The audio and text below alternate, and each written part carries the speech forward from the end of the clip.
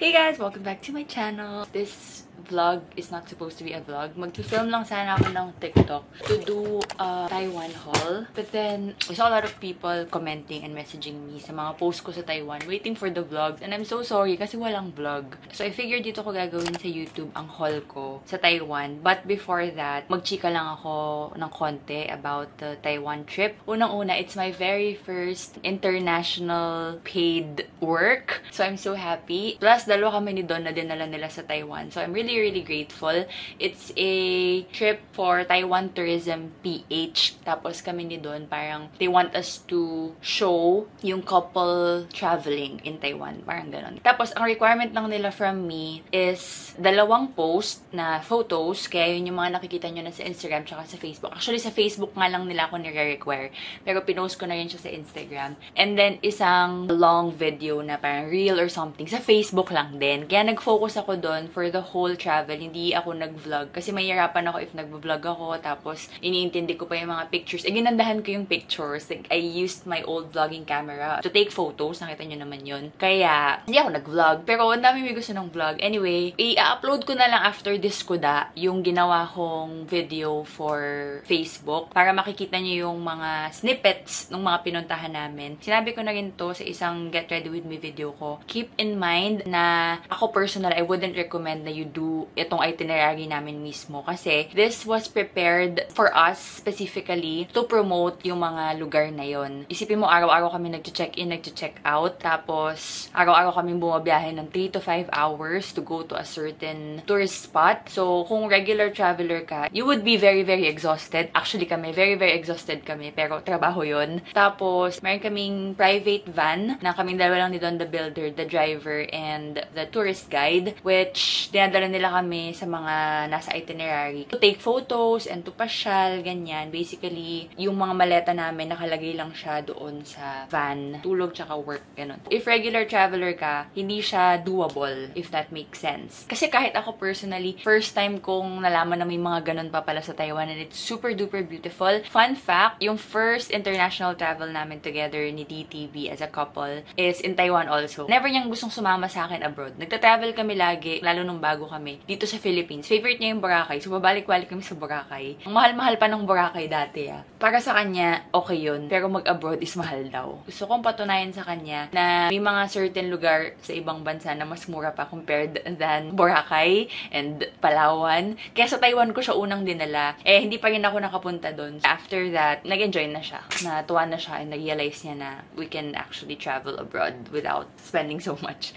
So, yun, ang chika. Yung mga unang pinuntahan namin before, yun yung mga, I think, alam nating lahat mostly na lagi nating nakikita na puntahan sa Taiwan. Yung mga Ximending, Lielu, Geopark, yung may mga lantern, papalipad ng lantern. Kasi yung mga common na nasa Klook most of the time, yun din yung mga pinuntahan namin before. And then, yung mga pinuntahan namin ngayon is really something na super far from Taipei, but it was really beautiful and sulit puntahan. Ipopost ko rin sa screen yung mismong itinerary na pinipare sa amin ng Taiwan Tourism. If you really wanna do that, maybe I would suggest, unang-una, you have to have your own private van if you really wanna do it. Kasi I think mahirap siya kung magte-train kayo. I'm not sure. Baka naman may mahanap kayong iba, but I believe mas maganda talaga kung may private van talaga kayo. That would really make such a difference. Pangalawa, I would suggest at least do it 10 days to 14 days para may mga rest in between, tsaka para na susulit nyo yung hotel. Kasi ang gaganda ng mga hotels na pinagstayan namin, pero natutulog at naliligo lang talaga kami.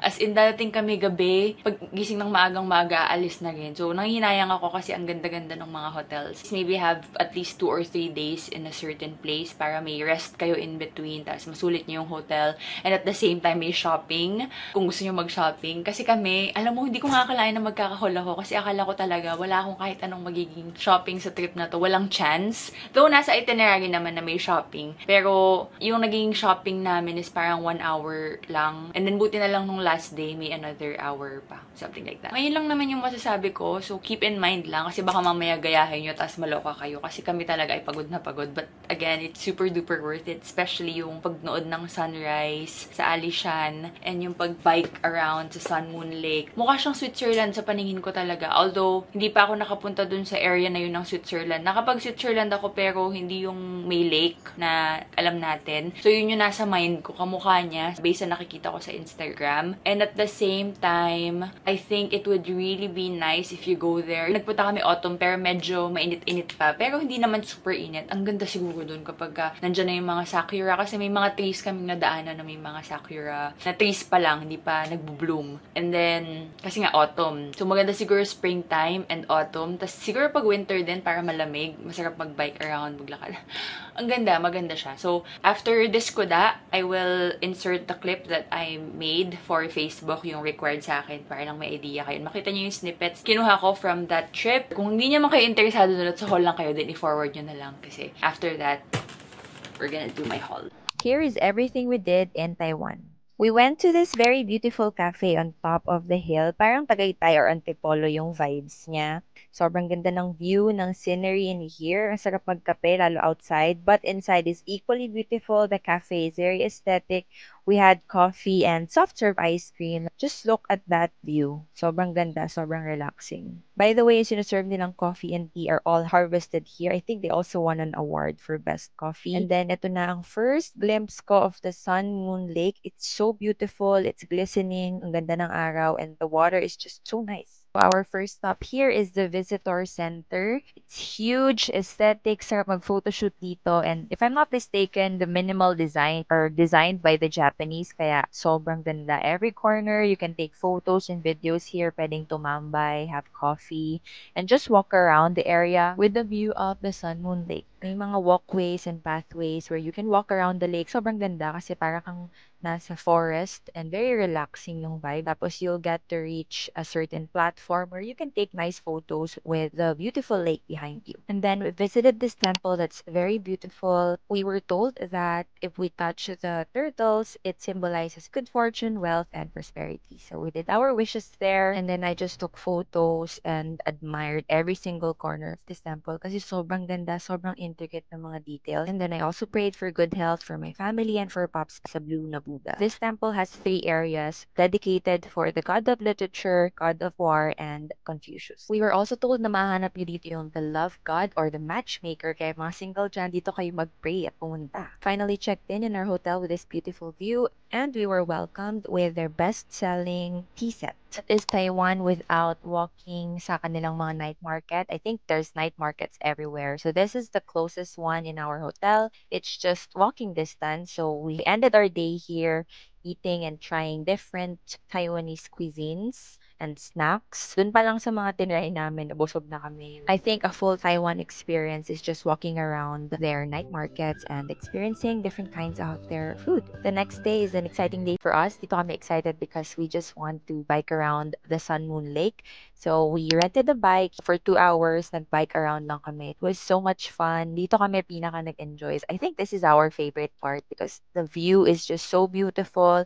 The weather was so nice and tingnan mo naman. It's just really, really pretty. After 2 hours of biking, our tour guide brought us here and we had turkey rice. It was super duper good. Tapos ang mura pa. Ang dami naming nakain dito. Simple lang siya. It's turkey on top of rice and very, very affordable. And then we went to Hinoki Village. Dati daw tong residential area, but now it's a really, really cute place where you can tambay, have desserts, shop for souvenirs. It's very aesthetic here. If naghahanap ka ng area where you just wanna chill and take nice photos, then I think you're gonna enjoy this place. Sobrang dami namin gustong kainin dito na desserts, but we just had so little time. And then we also checked out this exhibition center kung saan naka-display yung mga inukit na art. They are all super beautiful. Tingnan nyo naman si DTB, amaze na amaze siya dyan. A lot of people were going inside this bakery, so we also had to check it out. And ayan, ang dami ko nang nadampot ng mga pasalubong. In fairness, masasarap nga yung mga bread nila. And then finally, we wrote down our wishes and included them in the wall. And before leaving, we had another dessert. Next, we went to Alishan Forest Railway Garage Park. And nakita namin yung mga old na trains, tapos sakto may dumaan din na moving train. So it was really nice to experience. And again, we ended our night at Wenhua Road Night Market. This is a different one. Mas malaki siya, kaya mas gusto ko siya kasi mas maraming options ng food and there's a lot more shopping here. So I like this night market better than the first one. But again, there's so many night markets everywhere. So make sure to always check out whatever night market is nearby. The next day, we drove to Alishan and this is our first stop. Again, we tried different samples that the locals are offering. Bumili na rin kami dito ng packed lunch box namin na babaunin namin hanggang sa Alishan. And then, sakto, we also saw the train arrive and leave the Fengkihu station. And after a long drive, we're finally here at the Alishan National Forest Recreation Area and super duper ganda din talaga dito. We had so much fun. We spent the whole afternoon here just looking around nature. Yung mga tall trees are so beautiful. I think these are fir and mga cypress trees that are hundreds and thousands of years old. Sobrang calming lang dito, just connecting with nature. And look how beautiful and majestic. I know this place is really far, but it was worth the drive. I would really recommend and suggest na you visit this area next time you're in Taiwan. Ang ganda talaga dito if mahilig ka sa nature and gusto mong maiba naman yung experience na hindi puro city ang binibisita. Of course, we also had to buy something sa highest 7-Eleven in the whole of Taiwan. And before leaving the forest area, we just had some mochi treats for the road because malayo na naman i-drive namin papunta sa house. Super foggy na, 5 o'clock pa lang. So we ended our night with a very, very nice hot pot dinner served in our hotel. Imagine ang nagiging mo lang sa area is yung mga crickets. Sarap mag-dinner. The next day, we woke up super early and drove again to Alishan to experience the sunrise, but we were greeted with a very beautiful sea of clouds. The sun was set to rise at 6:27 a.m. and here it is. It's so beautiful, very magical. That was such a nice thing to experience. Sulit na sulit yung puyat namin. And finally, we drove back to Taipei. We are back in the city and first stop is night market again. Of course, we had to buy things that we want to try and experience while we are here. This night market or shopping district was known daw before and famous siya for wedding gowns. Pero ngayon, yan, maraming cute stuff, marami ding mga kainan, there's a lot of jewelries as well. And then our tour guide, Miss Sherry, brought us in this restaurant that is Bib Gourmand recommended. Sobrang haba ng line daw dito palagi, but tonight we were lucky enough to get a seat. Again, the food was super good and super affordable. And then we are ending our day at the Taipei Eye, and it's the first time that we're gonna watch an opera in a different country, so very interesting. And before the show starts, there's an interactive experience also that you can do, pero bawal mag-video during the show, so I will just leave it here. Maganda naman yung show kasi may English subtitle siya. And finally, what better way to end our Taiwan trip by visiting Taipei 101. It's our second time in this area and it's still very, very magical to see what was once the tallest building in the world. Syempre, nag-OOTD tayo and we had to recreate our photo from 2019. The last time we were here, hindi kami pumasok, so we were excited to experience the observation deck. It was on the 89th floor and we were there in seconds. Best part is, wala kang mararamdaman. Magugulat ka na lang, nasa tuktok ka na ng Taipei. And here it is, you can see the whole of Taipei. The sea of clouds makes it even more beautiful. Ang sarap lang niyang panoodin. I can just imagine this also during the night. I think it's gonna be a totally different experience. And I was surprised, madaming ganap sa taas. May cafe, may shopping, may mga places for kids to play. So, it's nice to visit also. And ano ba naman ang isang lakwatsa kung walang shopping? I did not know that Taipei 101 has a mall inside also. And look what I found. Anyway, the last few hours we were here in Taiwan was just spent shopping. The luxury stores are here, pero hindi ako nag-ikot dun sa areas na yun. You already know, I got sneakers, and then we just walked around. Sobrang daming shops dito, so kulang ata ang isang araw kung ikutin namin siya isa-isa. But if you are looking for a place to go shopping, sobrang gaganda ng selections dito from high-end to regular stores. You will have everything here. And the best part is, yung tax refund is super fast and easy. Nandun na rin sa mall, makukuha mo rin kaagad yung refund. And if nabitin ka pa sa shopping, guess what? This Xinyi shopping district are all connected by a bridge. So, tabi-tabi na yan ng mga malls and shopping area. Kaya buong araw pwede kang mag-ikot ng mga ikot dyan kung yun talaga ang balak mo dito sa Taiwan. But again, whatever kind of traveler you are, if you like the forest, nature, hiking, or you like food trips, night markets, you want shopping, or going out with your kids, your whole family, or even just relaxing in cafe shopping, keep in mind that Taiwan has a lot to offer. So the next time you're planning your next vacation, you might want to consider visiting Taiwan. Save this video for later. You're welcome.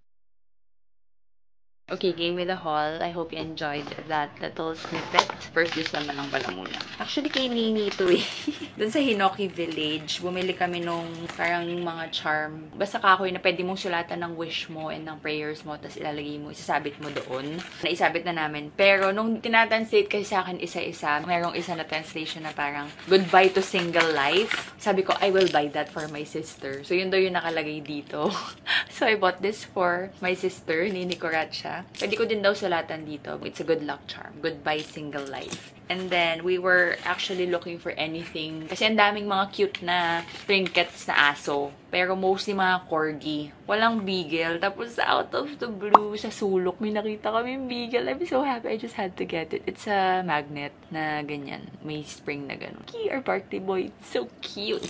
So, yun lang unang-unang gastos ko sa trip. And then, next is finally when we were already in Taipei. Doon sa itinerary ko nakalagay, KOL self-planned. Kaso, walang oras yun eh. Ayun pala, akala namin, like, in-expect namin ni Don, matagal yun. Na parang, dadating kami, like, lunchtime sa Taipei, tapos, meron na kaming until gabi. Like, parang akala ko gabi na kami sunod na magkikita. Ayun pala, dumating kami mga 2:30. And then, 4:30, dapat magkakasama na kami ulit nung tour guide. Eh, gusto sana namin, like, pumunta sa Ximending kasi nga mag-shopping or maghahanap ng mga magagastusan, ganun. Eh, ilang minuto lang. So, naghanap-hanap na lang si Don. Walang anything na malapit sa hotel namin. Tapos, ang nakita na lang niya na familiar sa amin ay Uniqlo. Sabi niya, sige, punta tayong Uniqlo, pero it's a 20-minute walk. So, finally, when we arrived at mall, ngayon alam ko na yung pangalan. Kasi dun sa Instagram, sabi ko, hindi ko alam yung pangalan kasi random nga lang namin hinanap. At ang pinin lang kasi ni Don, Uniqlo. So, yun lang yung malapit. Pero, alam ko na ngayon, it's Breeze Mall. So, we were looking for Uniqlo, no? Hindi namin mahanap. Ang nakita namin, Second Street. I was so happy. Kung nakita niyo yung stories ko, my God. Sabi ko kay Don, para akong nabuhayan talaga after yung pagod ko. After 4 days, para akong buhay na buhay. I mean, hindi ko pa nakikita, pero nabuhayan na ako. Kasi naaliw ako na may Second Street pala. Although marami naman pala talaga Second Street sa Taiwan. Hindi lang ako familiar sa kanya nung nagpunta kami noong 2019. Namulat ako sa Second Street kasi nung nagja-Japan na kami. And this is a second-hand na luxury store na gustong-gusto kong puntahan sa Japan. And laging maganda yung mga tinda. Pero hindi pala lagi. Like, maganda yung presyo, pero tsempuhan na makakabili ka ng maganda. Pagpasok pa lang namin, the selections were so beautiful. Sa mga damit kami unang pumasok, si Don, ang dami na agad mga sinisilip, yung mga shoes ang gaganda for men. Tapos habang papasok kami ng papasok, nakikita ko na yung mga isang buong rack na puro Louis Vuitton, isang buong rack na puro Prada. Ang unang-una ko nakita, Balenciaga, na sobrang ganda, na kinalculate ko, lalabas 9,000 pesos lang. It's a big Balenciaga city na pink, and sabi ko doon, bibilin ko yun. Kasi gusto ko ng malaking Balenciaga. And kahit pink siya, kahit anong kulay pa niya, okay na. Kasi ang ganda ng size at sobrang mura, 9,000 lang. Ang ganda niya pa. Sabi ko, okay, bibilin ko yan, pero nilagay ko lang muna doon. And then umikot ako. Habang umikot ako, sobrang daming mas magaganda pa. Sabi nga doon, hala, nababaliw na. I cannot explain how beautiful the selections are and the prices are. Mapa bags, mapa shoes. Tapos, when you open the bags, lahat sila mayroong entropy certificate na. Bihirang-bihira yun or mostly wala sa Japan. Yung mga second-hand bags ko na binili online na galing Japan, kailangan mo magbayad ng extra for the entropy kasi ipapa-entropy certificate pa nila. Tapos, yung mga nakikita ko mismo sa stores nung ako na personally namimili, wala. Never man ako nakakita ng entropy certificate. So, magkakaroon lang ng card if yung mismong bag is nandun yung original card. Gets nyo? So, I think additional siya if magpapa-authenticate kayo sa entropy. Ito, lahat ng sinilip ko, merong entropy certificate sa loob, which is really good. Tapos, mga shoes, ang gaganda. Ang daming magandang shoes na Chanel, Margiela, Prada, na mga size coats, ang gaganda. Wala lang talaga kaming time kasi parang ano na nun, 3:40. 4:30, dapat nasa hotel na kami. Malayo pa kami. So, parang akong nababaliw na parang saan ako magsisimula, di ko alam. Gusto ko nang hindi sumunod sa trabaho. Ang saya ko talaga kasi ang gaganda, not just for me, pero parang gusto ko siya i-share sa kumaris. Gusto ko magpasabay kasi marami akong mga ka-close na kumaris na alam kong magugustuhan nila tong mga certain na nakita ko, certain item. Pati mga kapatid ko, gusto kong tawagan, gusto ko silang i-text na gusto nyo ba to, gusto nyo. Nakakabaliw. Anyway, to cut the long story short, after the Balenciaga and all, nung nakita ko to, sabi ko, ay okay, hindi ko na bibilin yung Balenciaga and I'm just gonna buy this kasi no kinalculate ko, this is parang mga 5,000 Taiwan dollars. So, parang mga 8,000 or 7,000 pesos lang. It's a Dior sling bag, and when I opened it, it had the certificate. Wala na dito, nakatago na. Nagamit ko na kasi to. Unang-una, hindi ko pa nakita na Dior siya. Gandang-ganda na ako sa itsura niya kasi gusto ko yung mga ganito na very vintage tita ang atake. Meron din nata akong nabiling ganito na YSL before sa ukay-ukay nung college ako. Binigay ko lang kay Nini. Dalawa yun eh. Tig-isa kami. Ganyan yung mga gusto ko, yung mga sling bags ng mga tita natin before. Oh my God, it's so beautiful. And then, strap niya is still very, very intact. Walang kahit anong tuklap or crack or anything. The zipper is also super beautiful pa. YKK zipper. The logo inside, the hardware, and outside is still very, very shiny and beautiful. Tapos, ang laki niya. Tapos, may pocket pa. Ang ganda. Nagamit ko na to and ang daming kasha. Sobrang saya ko. Nag-what's in my bag na yun ako. Ewan ko kung anong mauna. Kung lumabas yun sa TikTok or sa Facebook or itong vlog na to. But I instantly said, I'm gonna get it. Tingnan mo, nasa harap ko to. Saktong-sakto, sis. May isa akong kumare na nagbigay sa akin ng mga gifts and yung iba dito nakalagay. May dust bag na. So, kung ibebenta ko man to someday, may dust bag. O, diba? Dior. Oh, sakto! May dust bag at merong entropy certificate. Oh, di matataasan ko yung value. Diba? It's such a good buy. Sabi ko kay Don, bibilin ko, ibibenta ko. Pero nung nakita niyang gamit ko na isang araw, sabi niya, kala ko ba ibibenta mo yan? Sabi ko, gagamitin ko muna. Sobrang ganda talaga. Ang ganda. Sobrang saya ko. Hindi ko na pinag-isipan. Isipin mo, a Dior bag, less than 10,000 pesos. And it's so beautiful. Saya, oh. Yay! Si Don, naghahanap siya kahit sa Japan pa lang ng Louis Vuitton na wallet. Mahilig sa wallet yon, pero matagal. Like, 5 years, 7 years bago siya magpalit. So, sa 15 years namin, 2 beses pa lang siya nagpapalit. And gusto niya yung quality talaga. Then, nagulat ako sa Japan. Sabi niya, pag may nakita daw siyang second hand na magandang Louis Vuitton, bibili din siya. So, wala siya nakita. Wala masyado sa Japan. Doon, marami siyang nakitang magaganda. And then, doon sa nakasalamin na casing kung saan siya nagsisilip, sobrang daming magagandang Chanel. May mga magagandang Louis Vuitton din. Pero sa Chanel ako nakafocus kasi may Diana na 180 pesos lang. Tas small. Usually, yung mga small na Diana, mahirap nang mabili. And pag makabili ka, 250 and above. Sobrang doon ako nabaliw. Pero may Chanel Diana ako na black, medium nga lang. Pero alam mo yung gustong-gusto kong bilhin yun. And then, kakatitig ko doon. Ang dami kong titingnan. Ang dami kong gusto. Ang dami kong gustong itry. Kaso lang, hindi mo pwedeng lahat itatry. Kailangan titingnan mo yung isa, tapos isasarado ulit nila. Tapos, kung ayaw mo, ibalik mo and then check mo yung isa. Kaya, na-overwhelm ako. Dami kong kuda! Finally, this is what I ended up buying. Oh my God, mababaliw kayo kasi ang ganda niya talaga. Handa na ba kayo? Oh my God, it's so beautiful. And ito yung mga pinahanap ko sa vintage shopping sa Japan. Yung mukhang vintage talaga na alam mong hindi na siya mabibili anywhere and alam mong wala siya sa stores. So, itong Dior, ganun na ganun. Are you ready? I got a Chanel. So, nakabili siya doon ng wallet. Di ko na ipapakita kasi gamit na niya. But, again, his wallet was 13,000 pesos. Ang ganda niya. And then, meron din entropy certificate. And then, finally, this is my big purchase. Akalain mo naman, unang araw pa lang. After 4 days, nabigyan lang kami ng 1.5 hours. Gantong damage agad ang nagawa ko. Sis, look at this. Look at the chain. Ang ganda. Ang OA ko, pero ang ganda talaga. It's the perfect evening bag. Ganyan lang siya. Akala ko nung una like nahihila yung strap. Akala ko like crossbody. Pero nung nakita ko na ganito lang siya, parang lalo ako na in love. Parang ang ganda niyang evening bag na very classy lang. And then it's 24K gold. You can really tell because yung pagka-yellow ng gold niya. Tapos ang ganda. It's brown. Eee! Diyos ko, ang ganda talaga. Ayun, oh. Tapos sa loob, it's really a very, very pretty vintage handbag. At tapos yan, of course, ganito yung sinasabi ko sa inyo, entropy certificate na laman ng lahat. So, yung wallet ni Don, tsaka yung sa Dior, na itago ko na kasi nga, gamit-gamit ko na. But, it looks like this. Ito yung trusted kasi na authentication service for second-hand luxury. So, nakalagay dito yung certificate holder, si Second Street, Taiwan. The brand is Chanel. And then, the certificate link, pwede mo siyang makita online. And then, certificate issued at. So, this was issued bagong-bago lang, October 7, 2024. Tapos, Tapos, may QR code, and then it has all of the details of the bag. Makikita mo dito sa loob. Naka-intact pa yung serial number sticker, tapos naka-indicate din siya dito and everything. It gives you peace of mind that it is really authentic. Plus, Second Street is really known. Hindi naman nila sisirain yung pangalan nila for holding fake. Akala ko nga sa Japan lang, pero apparently meron pa sa Taiwan. So, most probably, this is a worldwide company. So, trusted ko talaga mag-shopping ng secondhand sa Second Street. Added na lang na merong entry certificate.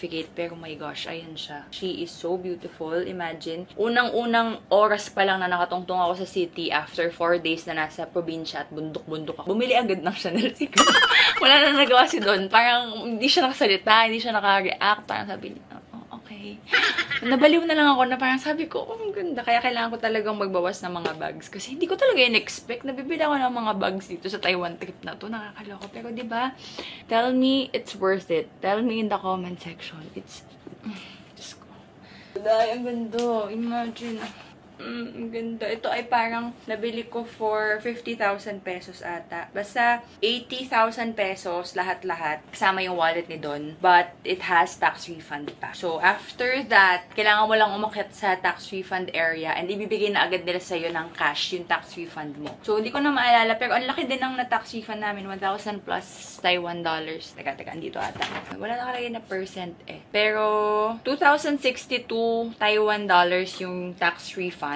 Pero merong 412 na handling fee. So, we got 1,650 tax refund from all of those items that we got from Second Street. So, ang saya kasi binibigay na agad na ng cash. Hindi ka na mahirapan sa airport or anything. Dadali mo lang yung resibo sa taas tsaka yung tax form and then makukuha mo na yung cash and then yung cash pwede mong gamitin pang kain. Ang haba na agad ng kuda ko eh. Anyway, katabing-katabi ng Second Street is Uniqlo. Yun naman pala talagang ipupuntahan namin. Akala namin hindi kami makapag-Uniqlo. Pero it was 4 o'clock na and dumaan lang kami ng mabilis bago kami pumunta sa tax refund. Eh, syempre, may nadampot na naman ako. So, doon lang naman dapat. Na ito yung una ko nadampot. Kasi sabi ko kay DTV, bibili na ako ng gloves namin na yung heat tech. Tapos, gusto ko kasi yung ganito. Ako kasi may ganito na, pero hindi ko alam kung nasaan. Yung pwedeng gamitin for touchscreen, for the phone, kahit naka-gloves ka. Eh, si Don, gusto kong bilhin ng ganon. Kasi yung mga gloves namin, random lang namin nabili nung nag-Japan din kami last year. Kasi napapunta kami sa malamig na lugar. So, we just had to buy sa gift shop. So, sabi ko, since nandun na rin naman kami at merong stock ng maganda-ganda, bili na kami for future reference. Reference for future use. Ayun. So, he got large, of course, and ako medium. Para medyo pretty. Para lang prepared. Manifesting a cold destination soon. Wow. Tapos, may binili ata siyang mga pants. Ang ganda ng mga pants na binili niya. Pero habang nag-iikot siya, nakita ko, may ganito din si Uniqlo. Naalala niyo yung mga pinamili ko sa GU na ganito, yung mga tank top na merong built-in na padded bra. I saw that Aerism has it, so I had to get it because it's very, very comfortable and ganda ng tela. We all know naman. Hindi ko na kailangan i-explain how beautiful Aerism tela is. So, I had to just get it in white and black and then bumili lang ako nitong isang ribbed top na white na meron ding built-in. Gustong-gusto ko kasi yung mga ganitong cuts. Ganda niya sa shoulders, pero mahirap mag-bra. Pangit siya kapag strapless bra ka.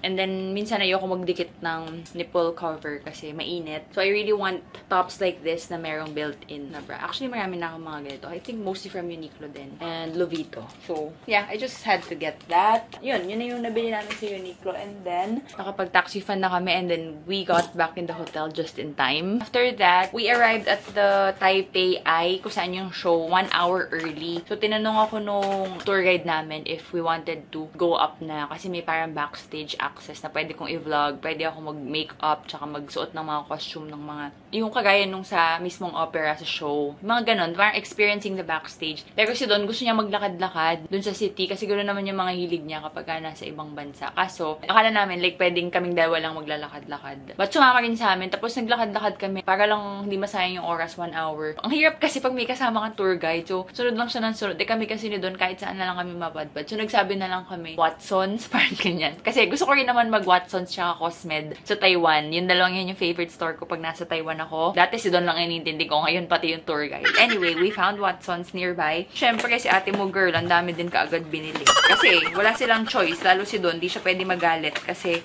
nag-uubos nga kami ng oras. Hinayaan niya ako mag-explore. And I got all of these. Unang-una, I got my favorite skincare discovery the first time I went to Taiwan. It's this brand. If you are an OG from Skinternational, yung aking skincare international line pasabay before, this is the Taiwan find na nahanap ko noon. And I really, really love it. The brand is Neogens. And primarily, yung line niya is nakafocus sa hyaluronic acid. So, it's really nice for hydrating, plumping your skin, yung line nila. Kaya, love na love ko. Ang favorite ko sa kanila, yung Hydrosol na mist na ganyan kalaki. Yun sana yung bibilhin ko. Kaso lang, natakot ako kasi daming horror stories na napapanood ko na kino-confiscate yung mga Hydrosol kahit naka-check-in. Baka mapag-initan kung bumili ako ng isa o ng dalawa or tatlo tas malalaki sa x-ray. So, anyway, I just got 2 items. I got hydrating toner with hyaluronic acid tsaka hydrating fluid. Para saan kaya itong hydrating fluid? Baka serum. Hindi ko alam ba't ito yung nadampot ko. Pero toner, tsaka I think this is a serum. Hydrating fluid. Because I have been traveling a lot. May travel ulit ako next week. Actually, I already had treatments. Kaya maganda yung skin ko ngayon. Plump na ulit siya. But nung nakasama ko si Doc, sabi niya, my skin is very, very dry. Sobrang nag-effort naman ako na mag-skincare. Pero talagang yung pag-airplane, yung mga water sa mga pinupuntahan kong travel is really, really drying. So, I need to focus on hyaluronic stuff to take care of my skin na ngayon na lagi ako nagpa-travel. Ito, dumampot na ako ng isa na pimple patch. Alam niyo namang favorite ko to. Nandito din to sa Watsons sa Pilipinas. Ito yung one of my favorite. Pero nung nagbabayad na kami, para maka-tax refund ako, it has to be 2,000. So, ang kulang ko 200 plus na lang. 200 plus to. Sabi ko, kukuha na lang ako ng isa pa para nga maka-tax refund ako. But they told me na may promo. Mabibili ko to for $1 Taiwan lang kasi bumili ako ng dalawa. So, why not, diba? Ang dami ko na naman bagong pimple patch. Parang minamanifest ko na magkakaroon ako ng mga pimples. Pero huwag naman sana. But I love this brand so much. One of my favorite pimple patches. And then, I just hoarded a lot of these na sana ay hindi ko itambak. Sana ay gamitin ko. Kasi lagi ko talagang gustong magganito. But I am very, very tamad. But hopefully, I will use them. Kasi nakikita ko maganda talaga to. Dashing Diva na semi-cured gel. Lasts up to 14 days. Especially ngayong December, baka marami akong mga ganaps and wala akong time talaga magpa-nails. Namimiss ko na nga magkaroon ng magandang nails. The last time I had beautiful nails was when I was in the US. Kasi nagaya si Nini. Dito sa Pilipinas, hindi na talaga ako nakakabalik sa Let's Glow kasi wala talaga akong time. Anyway, I just got this designs. One. Bumili na yun ako sa Shopee ng lamp para magamit ko na talaga to. Ang cute nito! And then this one. Hoard lang talaga ako ng mga cute. There and there. Super duper cute. Nakita ko lang din to. So, dinampot ko na. It's Aqua Rich mask ng Senka. And I love Senka. From Japan tong brand na to. But, hindi ko nakikita tong mask na to sa Japan. Alam kong meron doon. Baka hindi ko lang nakikita. Eh, since nag-iikot ako sa Watsons, nakita ko, binili ko na. And it has, again, Luminous Moist. 2 times hyaluronic acid, squalane, and pearl extract. So, my skin is really gonna need this one. Kaya, binili ko. And then, matatawa ka kasi kahit Band-Aid, binili ko. Ganun ako ka-deprive sa Shopee. Gusto ko lang talagang may bilhin ako. Because nga, dinala nila ako sa bundok ng 4 na araw. Favorite ko din naman talaga yung brand na Watsons ng mga Band-Aid na clear. Kasi kahit nababasa sila, kahit nagsiswimming, kahit nasa loob ng sapatos, hindi siya natatanggal. And favorite ko siya for, yun nga, pang mga kalyo. Pagbago yung shoes because transparent and it's very, very helpful. So, yan, ito. This one repels water, waterproof, iba-ibang size lang. Tapos yan. So, binili ko lang din yan. And, yun lang naman ang binili ko sa Watsons. I just wanna show you, I got this also sa 7-Eleven nung nasa bundok kami. Look at the Haribo. Ewan ko kung ako lang hindi may alam nito na may ganito pala yung Haribo. Ayan o, naka-ano siya. Ang tawag ito, Mega Roulette. Hindi siya bear, but yung bilog-bilog na ganyan. Eh, sobrang sarap ng Haribo. Actually, parang mas nasasarapan nga ako dito kaysa sa bear eh. I just don't want the orange one. But nakaubos na ako ng 2 ganito. And I just got more. Para lang meron akong bit-bit sa Pilipinas. Binili ko rin to push pop kasi Hello Kitty. Binili ko lang to sa 7-Eleven. So, the next day ay paalis na kami. But we had 1 hour and 30 minutes to shop sa Taipei 101. So, I'm so happy because first thing we went to was Adidas. And of course, ang unang-una kong hinanap ay yung Hello Kitty. Sinabi ko na rin kay Nini kasi dati pa ako dapat bibili. Nakaabang dapat kami sa launch. Tapos, yung kapatid ko, which is a sneakerhead, siya naman ang bibili sa from the US. She told me na huwag na akong bumili kasi hindi naman daw maganda and baka naha-hype lang ako kasi nga Hello Kitty. So, okay, naka-move on na ako. Pero sobrang dami pa yung tag ng tag sa akin nung Hello Kitty na Adidas. Kaya sabi ko kay Nini, sige, bili mo na nga ako. But then, I realized I was gonna go to Taiwan and I know there's a lot of Hello Kitties in Taiwan. Sabi ko sa kanya, punta muna ako sa Taiwan and then check ko muna, baka meron doon. Kung wala, tsaka mo ko ibili. So, as soon as I went to Adidas, I saw 2 of the Hello Kitty styles. Yung parehong style available and pareho siyang available sa size ko. Sabi ko doon, wala akong kahit anong sabihin, bibili ako nito. Wala talaga siya nagawa sa akin. But then, I saw this. I saw so many aesthetic other colors of Adidas. Inaalala nyo sa Japan, sabi ko, ang dami kong gustong Adidas na colorways. Pero, ang ending di ako nakabili kasi binili ko Onitsuka A6 tsaka yung tennis shoes ko. So, pagpasok ko doon, makita ko kaagad to. Alam nyo na, binili ko.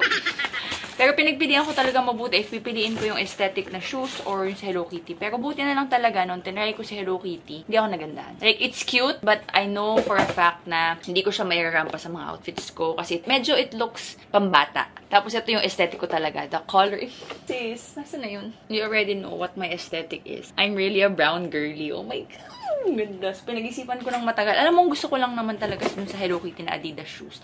Yung box. Sobrang cute ng box. Yung may pink na sole. Sobrang cute niya kasi pink yung sole niya. Pero hindi siya bagay sa akin. Like, medyo mas chunky siya. Tapos medyo mataas yung takong. Tapos yung isa was a gazelle. Which is very, very comfortable. For me, gazelle is comfortable. Pero pinaka-comfortable talaga yung special. Pero gazelle for me is comfortable too. This one though is a Samba. So this is my very first Samba. Ang dami nagsasabing hindi comfortable yung Samba. Hindi ko siya na-try ever kasi nga, nung natry ko yung gazelle, sobrang ako na-comfyhan. Pero nung natry ko yung special, binenta ko yung gazelle ko. Because kung sobrang comfy yung gazelle, sobrang comfy yung special. So now, first time kong matry yung Samba, hindi siya comfy nga talaga. Unang-una yung dila, masakit, di siya nakakatuwa. Medyo ganun din yung gazelle, pero uso naman ngayon yung mahabang socks. So, I guess, mailalaban. But initial thought ko sa Samba, hindi nga talaga comfortable. But again, iba-iba tayo ng paa. So, kung comfortable to, don't come at me at sabihin mong comfortable. Eh, kung comfortable sa'yo, okay.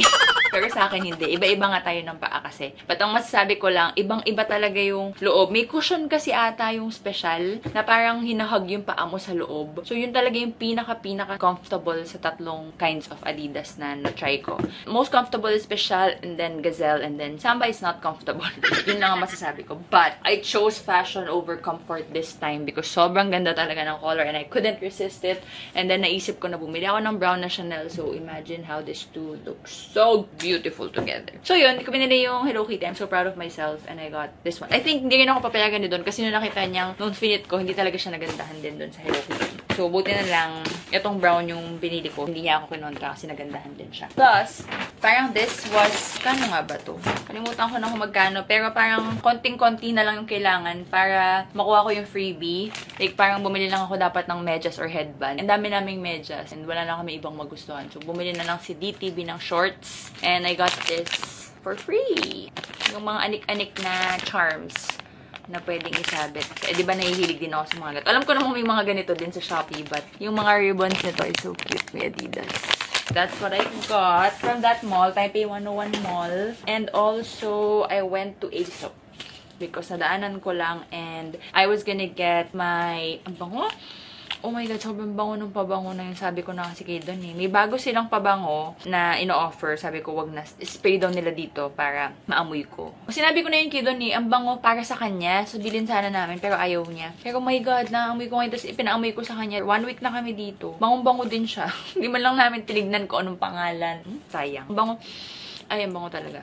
Anyway, I went in to buy my favorite hand cream. Kasi paubos na. Like, parang mga 3 gamit na lang. And my favorite lip cream. Yung lip cream yung una kong hinanap, pero parang wala na. Ito na lang yung meron, lip salve. Gusto ko pa naman yung lip cream nila for matte lipsticks kasi wala siyang shine na idudulot. Para lang siyang cream that moisturizes your lips. Na-share ko na yung ilang beses sa Instagram. Pero hindi niya ma-disturb yung itsura ng matte lipstick mo. But wala. Akala ko naman, pinaltan lang nila ng lalagyan kasi yung lalagyan nun yung mabilis mabutas. Pero hindi ko alam. Dahil pumasok na ako dun, binili ko na din. Kasi yun nga, gusto kong bumili.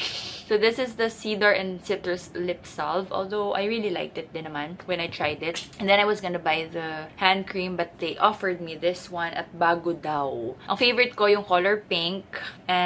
Parang naka-5 tubes na ako na ganun, 6, 7. Hindi ko alam, sobrang dami na. But they offered me this one kasi this one has lavender. They made me try it and sobrang bango niya. Kaya ito yung binili ko. Something new. Tapos, they gave a lot of samples. As usual, Aesop is always giving so many samples. Meron din tong tax-free pero hindi ko na kinuha. Yung Adidas, yan, naka-tax-free din kami. So, everything, mostly, when you shop there, mostly may mga tax refund din, which is really, really nice. O, diba? Ang dami ko pa ding nabili kahit na basically 2 hours in total. Like, 3 hours pala. In total lang yung shopping time ko for the whole 5 days. Ang dami ko nabili ni sis.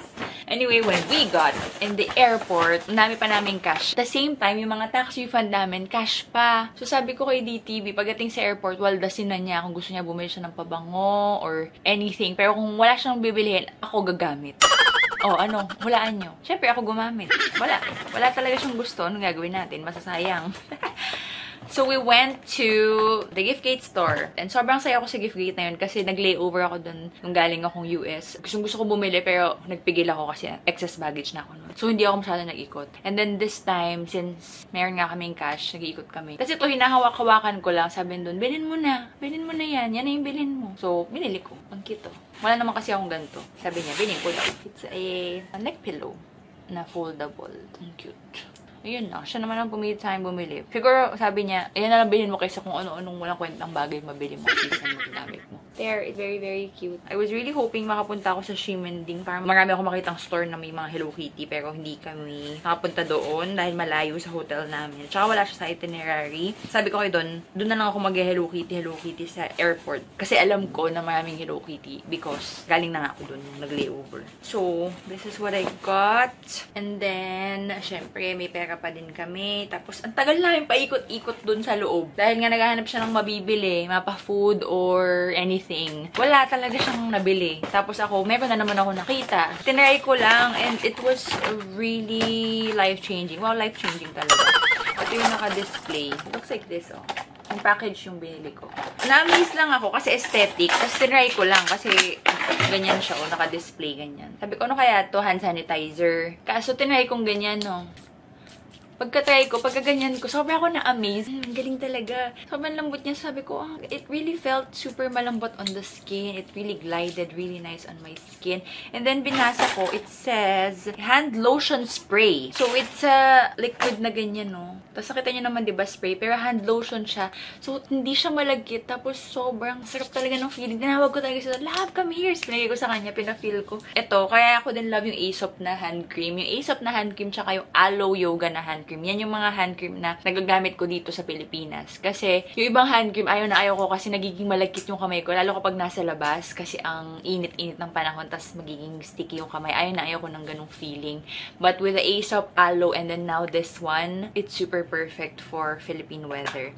So, this one came with itong lalagyan na to, tsaka refill. A milk-like refreshing texture. Quick absorption in 15 seconds, non-sticky. Suitable for those with sweaty hands. Diba? Perfect. Hindi ko nga nabasa yung mga yun eh. Pero yun na yun talaga yung mga gusto ko sa isang hand cream dito sa Pilipinas. Meron ako mga hand creams na gustong-gusto ko pag abroad ako kasi they're very thick and they really moisturize my skin. Mabilis kasi, ayun, ngayon nga, oh, naghugas na ako ng pinggan kanina. Sugat-sugat na agad. It's very dry. Ewan ko sa kamay ko, ba't ganyan? yan. But anyway, meron ako mga certain hand creams na gustong-gusto ko pag abroad kasi makapal siya. Pero meron din ako mga hand creams na yun lang ang gusto kong gamitin pag andito sa Pilipinas because it's not malagkit. Eto, may bago akong discovery. Ang tatak niya is, ooh! Saktong-sakto pag spray ko, sabi ko talaga, ooh! Napagunta. It was really good. So, ayan yung scent niya ay Lazy Afternoon. Tapos, ito na yung binili kong Lazy Afternoon because maganda yung color ng bottle. Pero nabangohan din ako dito sa Ocean Drift. So, bumili ako na refill lang. Dito ko na lang ilalagay para ganun pa yung lalagyan ng bottle ko. So, I have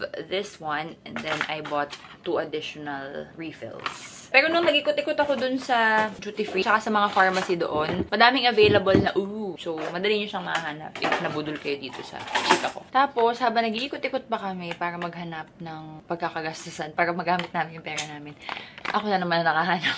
Wala na namang nahanap si DTV. Nakita ko lang randomly naka-display. Sabi ko, ano to? Hello Kitty. Ang cute na kita ko sa box.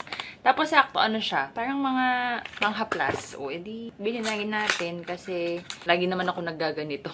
Ito, actually, ito yung gusto ko kasi peppermint, but it's Kuromi. And it's just essential oils. Tagal namin sa airport, tapos parang na-delay pa yung boarding. So, nag-iikot-ikot kami, naghahanap ng mabibili. Ba't walang lumalabas? Dapat pinipress. Okay. Dapat pinipress siya para lumabas yung liquid. Bango ng peppermint. So, anyway, that's Kuromi peppermint. Si Hello Kitty, ayoko sana. Kasi honey lime. But, ako na lang mag-a-adjust kasi Hello Kitty. Cute eh. Ano ko din naman. And it's cooling. Mga cooling panghaplas. Wala lang. Cute lang. And then lastly, pagkain na lang po. Meron pa kami 150 Taiwan dollars. And ayaw talaga ni doon mag-uwi ng pera. Hindi ko bakit. Wala na atang balak bumalik doon. But sakto, dumaan na lang kami sa snacks. Ito yung nabili niya. Wala talaga siyang binili. Kundi ito, prunes. Tapos ako, binili ko to. Naubos na namin yung isang ganito. 2 pack. Saktong-sakto, 150 itong 3. Ito super duper sarap. Kasi nakabili yung kapatid ko sa Japan ng ganito. Nasarap na sarap kami. Tapos nung nakita ko sa picture, sabi ko doon, oh my god, ito kagaya na binili ni Mac. Tapos lychee, tsaka grape flavor. It's like this. And then, ayun. Parang jelly shots. Ang sarap. Ayun. Sakto, naubos namin yung pera namin bago kami umuwi. With this. So that's everything that I got from Taiwan. I hope you enjoyed this vlog. I will see you on the next.